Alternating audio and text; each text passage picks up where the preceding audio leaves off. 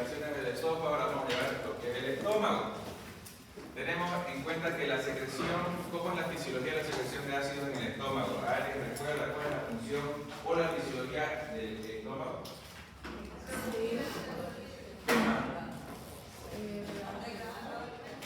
No los degrada, pero bueno, sí los degrada. Bien, ¿qué más? Absorción. No, el estómago no absorbe. No, tampoco. Es el encargado de Tampoco almacena. Producción de bicarbonato. Estimula por lo que viene a ser su producción de ácido clorhídrico, las secreciones gástricas, todo lo que viene a ser los vaciamientos y componentes del aparato hepato-pancreato biliar. O sea, por eso tiene la fisiología de la secreción de ácido tiene tres fases que son la cefálica, lo que vienen a ser las intestinales, pero la cefálica, lo que viene a ser netamente la gástrica y lo que viene a ser a nivel del duodeno. ¿Eso pregunta eso? No.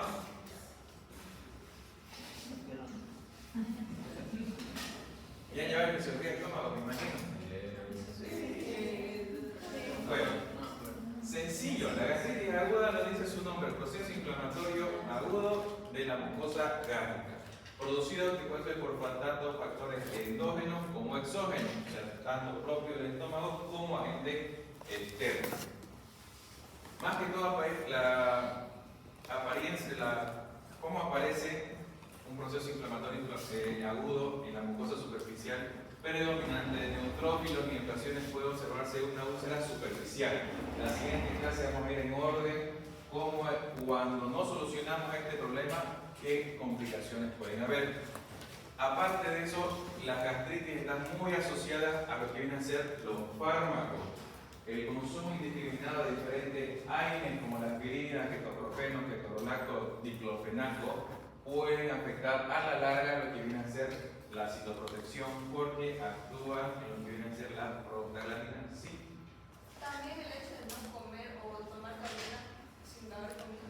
Exactamente. ¿Por qué el tema de tomar tabletas? Esa famosa frase de tomar tabletas con el estómago lleno. ¿Qué sucede? Indiferentemente que sea lo que ustedes se pongan a la boca, comienza lo que viene a ser la fase el procedimiento cefálico, que el cerebro va a comenzar a recibir señales de que hay algo en la boca, va a secretar saliva, por ende va a estimular que el estómago produzca ácido clorhídrico, produzca las secreciones gástricas, que se prepare para recibir el bolo alimenticio, que al final no va a llegar.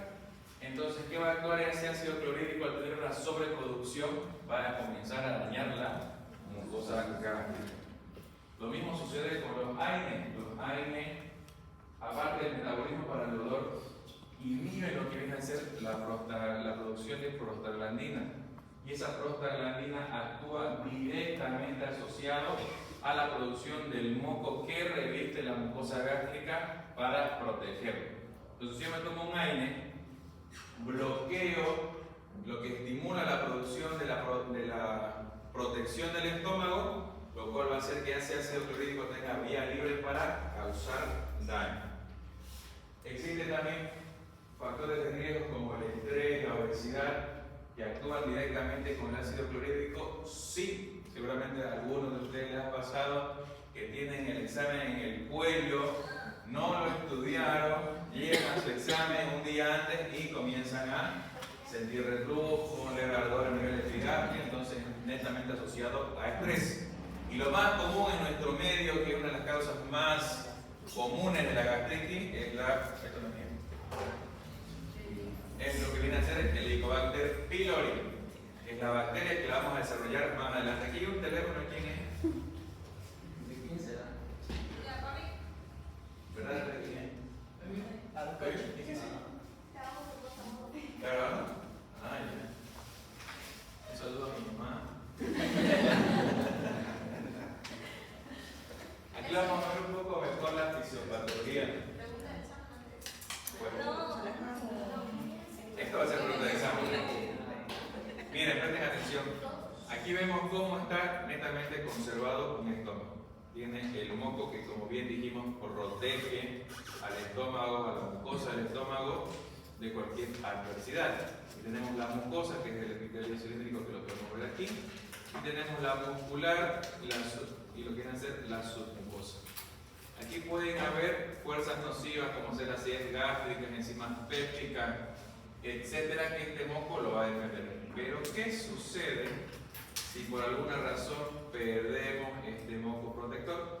Se expone directamente la mucosa. Si se dan cuenta, aquí ya no hay nada que lo proteja porque tenemos lesiones causadas por los diferentes factores como el Helicobacter pylori, AINES, aspirina, alcohol, hiperacidez gástrica, reflujo gastroduodenal, que es bastante común, lo cual va a hacer que ese moco no se produzca y va a estar expuesta netamente la mucosa, que a la larga ahí va a producir los síntomas que vamos a desarrollar más adelante.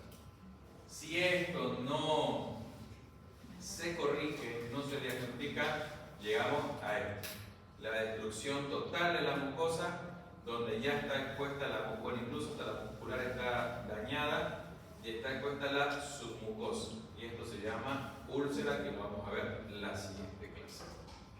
¿Entendieron? ¿Sí? Clarísimo, ¿no? La imagen vale más que 1000 palabras. Hay un tipo de artritis que provoca la bacteria en El Helicobacter pylori es la bacteria prácticamente predominante del estómago que nos causa tanto gastritis aguda como gastritis crónica. Hay muchos factores de presentación clínica que son un poco más desarrollados, como ser la gastritis erosiva, enzimatósa, gastritis enzimatósa, de antro, de cuello, de píloro, etc. Que eso no hago mucho énfasis porque se van a confundir. Lo importante es que ustedes ahorita aprendan cómo va la fisiopatología de esta enfermedad, cómo se va degradando hasta llegar a esta lesión. Más adelante, Dios mediante, lo van a desarrollar en otro tipo de actividad.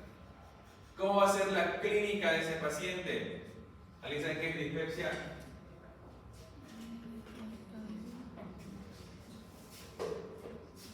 ¿Es la sensación de estar lleno? ¿Cómo? ¿La sensación de llenura? A ver, vamos a buscar en internet. Que yo sepa, dificultad para digerir. malestar en la parte superior de la Digestión. Los pacientes con gastritis se han dado cuenta, o capaz han visto, colegas, amigos, ustedes mismos, que ingieren sus alimentos, pero se sienten llenos muchísimo tiempo porque tienen una dificultad de degradar esos alimentos para que pase al duodeno. Y eso se da ¿por qué? Porque esta mucosa está expuesta y está nociva, entonces no trabaja de una forma adecuada.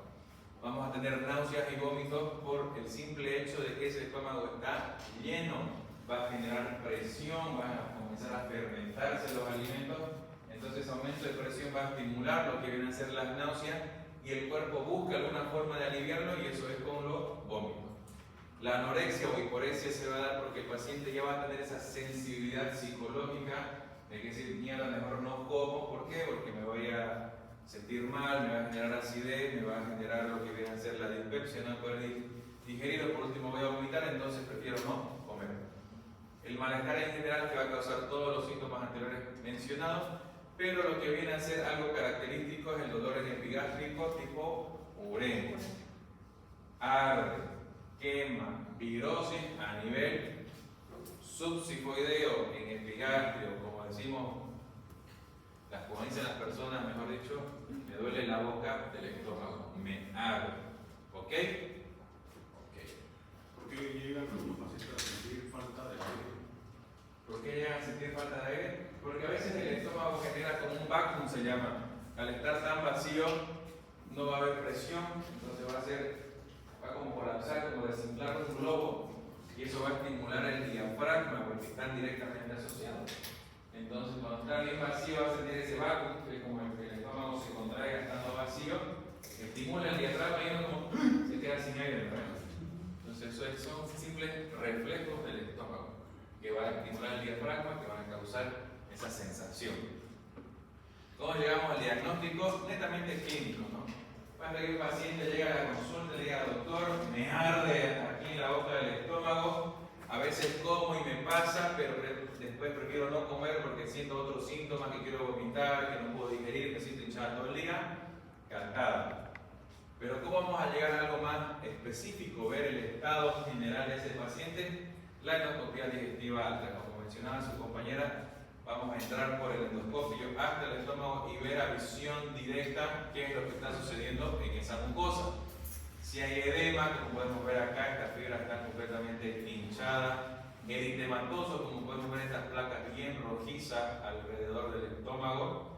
Si es que hay algún punteado hemorrágico, como si fuese en su hija la pelequia, muy parecido igual en la mucosa gástrica.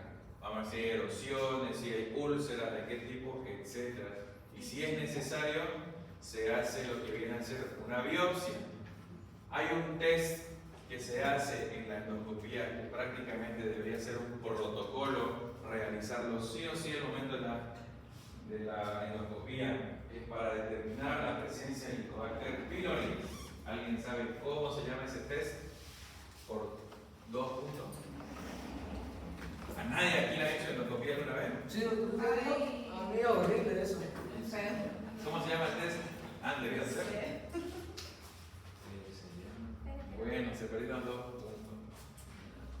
Y es horrible. Sí, feísimo. ¿Por qué friabilidad? Vamos. Sí. En el tema de diagnóstico en la clínica, hay veces que el paciente no se va a hacer a endoscopía, pero llega con ese supuestamente gastritis y se confunde con un infarto. Puede ser. No, pero, bien. ¿Qué más? ¿Cómo se diagnostica? Porque yo he visto casos que normales dan como si fuera por gastritis y es un infarto y no tiene otros síntomas. Ahí es importante la característica del dolor. Con un infarto el paciente no va a decir me arde, va a decir me duele. Y aparte de eso, nosotros nos vamos a dar cuenta de otros factores de riesgo. Como por ejemplo que llegue el joven, lleva a la consulta, que fue candidato a endoscopía, y lo vemos con el olor urente en el gástrico, bueno, no creo, difícilmente se va a estar impactando a esa edad.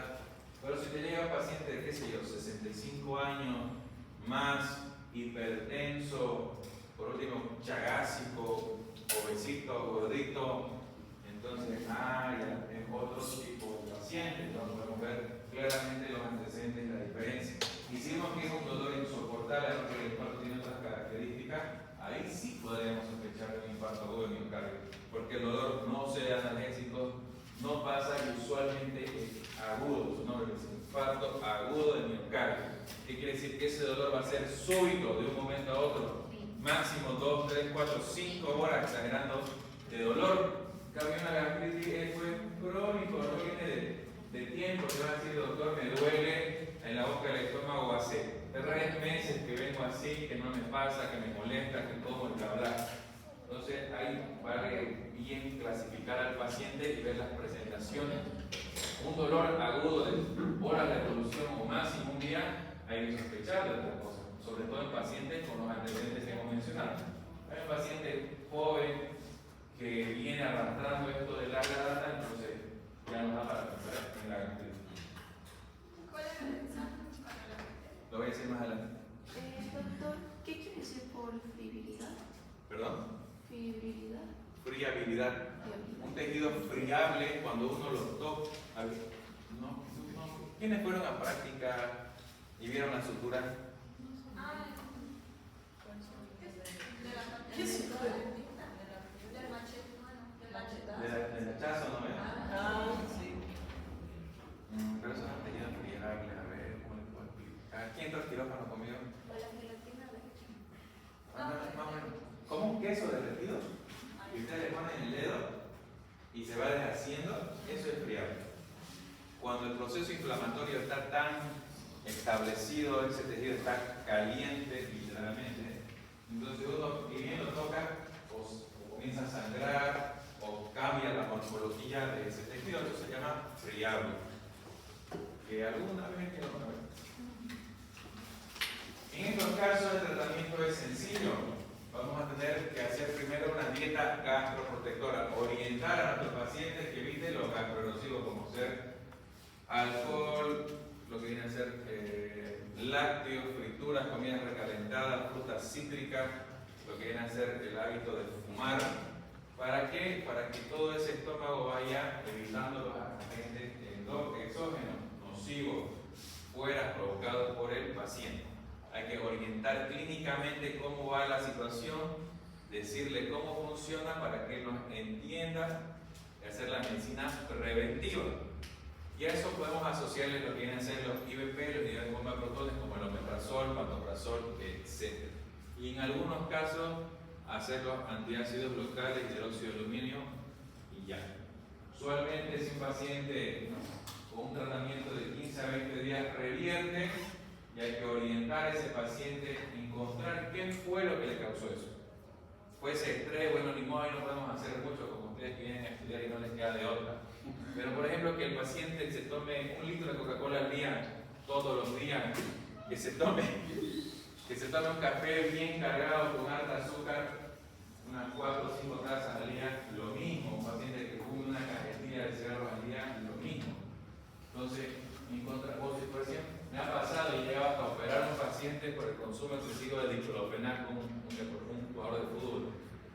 Igual, vamos a ver la causa, qué es lo que ha pasado para cortarlo. Pero ciertos hábitos no los vamos a cortar de un día para otro, como el hecho de que deje de fumar, que deje de tomar café o que sea obeso. Entonces hay que orientar, a eso se va la orientación clínica para que el paciente se vaya previniendo. ¿Entendieron? Bien.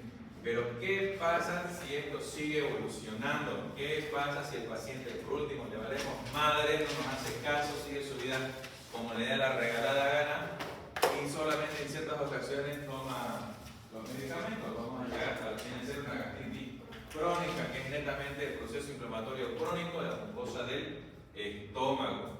Esto se da por una excesiva ingesta de alimentos muy condimentados, irritantes, calientes, factores genéticos, los químicos como el alcohol y tabaco. Como les digo, difícilmente un paciente va a abandonar esos hábitos que los tiene establecidos.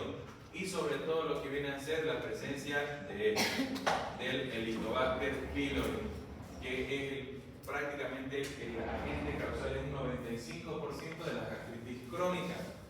También que puede estar asociado a AINE o reflujo gastrobiliar.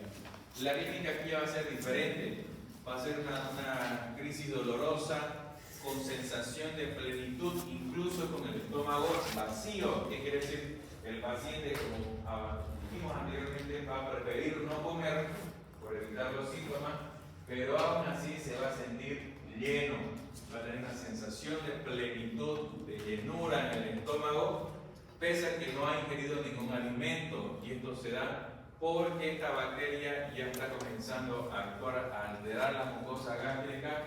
Entonces el estómago va a decir: aquí nos están haciendo pleco, nos están causando mucho problema, dejamos de trabajar, no funciona. Entonces el estómago prácticamente se paraliza y ahí va a sentir esa sensación de plenitud, de llenura, de que ya no quiere comer más.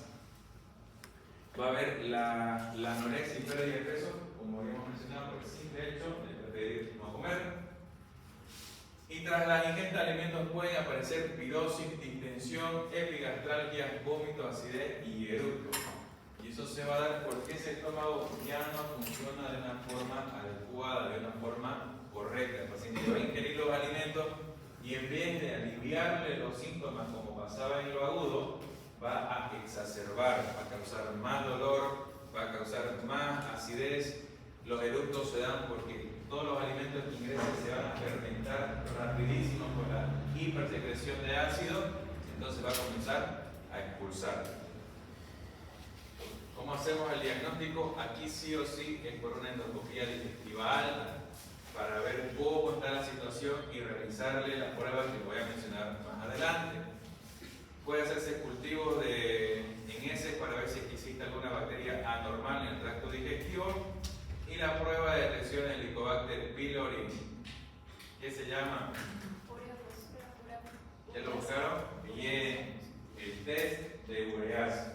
El Helicobacter pylori, su característica neta, que lo vamos a ver en la siguiente clase, es la producción de urea.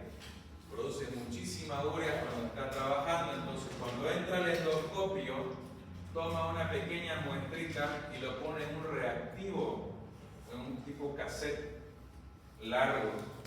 Coloca lo que viene a ser la muestra de la mucosa gástrica y si eso cambia de color entre amarillo, naranja o por último rojo, es un test de ureasa positivo con un 98% de sensibilidad a la presencia de Helicobacter pylori. ¿Cuál va a ser el tratamiento? Prácticamente lo mismo. Vamos a ver lo que viene a ser la orientación clínica, higieno dietético. Aquí vamos a asociar netamente los antiácidos, inhibidores de la bomba de protones, pero recordemos que hay la presencia de una... ¿De qué? ¿Qué es el Helicobacter pylori? Una bacteria. ¿Y qué se da para las bacterias? Antibióticos. Antes, hablemos de los años, principios de los 2000, todavía esto era en desarrollo. Entonces el tratamiento era empírico prácticamente. Ya con el desarrollo de la tecnología, el test de ureasa, el cultivo específico para el Helicobacter pylori, ya se han desarrollado tanto la terapia triple como la cuádruple, donde tenemos en la primera terapia, que es la triple, que es la primera línea de tratamiento, tenemos tres opciones. Sí o sí un inhibidor de la bomba de protones cada 12 horas, indiferentemente cuál sea. Ya hemos mencionado que todos los IBP actúan de la misma forma. Solamente hay moléculas que, por ejemplo, el esomeprazol o el pantoprazol tienen una liberación más prolongada, pero no hay estadísticamente significativo ninguna diferencia en su principio activo. Y ahí asociamos la claritromicina y la amoxicilina. Esta es la opción 1. La opción 2 variamos, en vez de amoxicilina le damos metronidazol. Y la opción 3, en vez del omeprazol, utilizamos lo que viene a ser la ranitidina, sí, conservando la amoxicilina y la clarina. ¿Por qué creen que hay esa diferencia? Prácticamente los antibióticos son lo mismo, hay ciertas variaciones. No es algo grande, algo significativo, pero hay estas tres opciones. ¿Por qué? Algunas personas, por ejemplo, son alérgicos a la amoxicilina. Entonces no podemos darle amoxicilina. ¿En qué le damos? Metronidazol. O por último, no toleran los IBP o son alérgicos al omeprazol, ni modo, le damos un antagonista H2, como ser la ranitidina. De esta opción hacemos una terapia triple en un solo esquema. Al principio, cuando esto se implementó, si no me equivoco, en el 2008, el tratamiento era solo por 7 días, que lo mínimo establecido para un tratamiento antibiótico. Pero como nosotros somos humanos, nos vale mierda todo, abandonamos el tratamiento. ¿Por qué? Porque el tercer día, cuarto día nos sentimos mejor, no, aquí no pasó nada, cuesta muy caro, dejo de tomar. 3, 4, 5 meses después, lo mismo. Mismo tratamiento, ya no funciona. ¿Por qué? La bacteria es extremadamente agresiva y muy fácil se adapta y genera la resistencia como si nada. Entonces, un par de años después, el tratamiento era hasta 10 días. Y lo mismo sucedió, ¿no? Tomé 7, como decían hace años, ya me siento mejor, abandono el tratamiento, 6 meses después, ¡pum! Lo mismo. Y actualmente, que esto es el esquema de 2018, se da, miren cuánto, 14 días. El paciente inconsciente suele abandonar el tratamiento y este problema vuelve a surgir. Por eso es que se desarrolló la terapia cuádruple, que prácticamente las mismas opciones con la rotación de los antibióticos si el caso lo requiere, pero asociado honestamente al bismuto. ¿Alguien sabe cómo funciona el bismuto? Muy parecido al sucralfato. No, el bismuto lo podríamos llamar que es prácticamente el moco gástrico de forma artificial. Uno va a beber el bismuto y lo que va a hacer es generar una película de protección recubriendo prácticamente desde el esófago hasta la salida del duodeno. Han visto seguramente en la televisión la propaganda donde entran unos bomberos al estómago y comienzan a apagar el fuego. Eso es el bismuto. Todo ese líquido protege y forma una película de protección al estómago para evitar los posibles síntomas. Doc, ¿y esto viene en combinación con el aluminio, no? Sí, podemos combinarlo con hidróxido de aluminio, solo que el hidróxido de aluminio ya tiene una producción, una función que no va a ayudar mucho, por eso es que no está acá. O sea, darle no le va a hacer mal, pero es generarle un gasto que tal vez sea innecesario. Con el bismuto o lo que viene a ser el sucralfato en algunos casos es suficiente. Y así podemos llegar. Yo tengo el licuado de Pillori, recién me compré mi pack, que me costó casi 1.000 pesos. Ya viene el paquete, ¿no? Todas Sí, las- actualmente ya viene en pack, ¿no? Como viene como para idiotas que le dicen una flecha tomar en la mañana y te ponen las 4 tabletas, ¿no? Y otra que dice tomar en la noche y las otras 4. Y el blister viene completo por los 14 días. Y uno tiene que sí o sí Horario. tomar. Claro que existe, ¿no? Empezaste a las 7 de la mañana, no pudiste a las 7, lo tomas a las 8, no pasa nada. Pero cumplir sí o sí las 2 veces al día. En fin.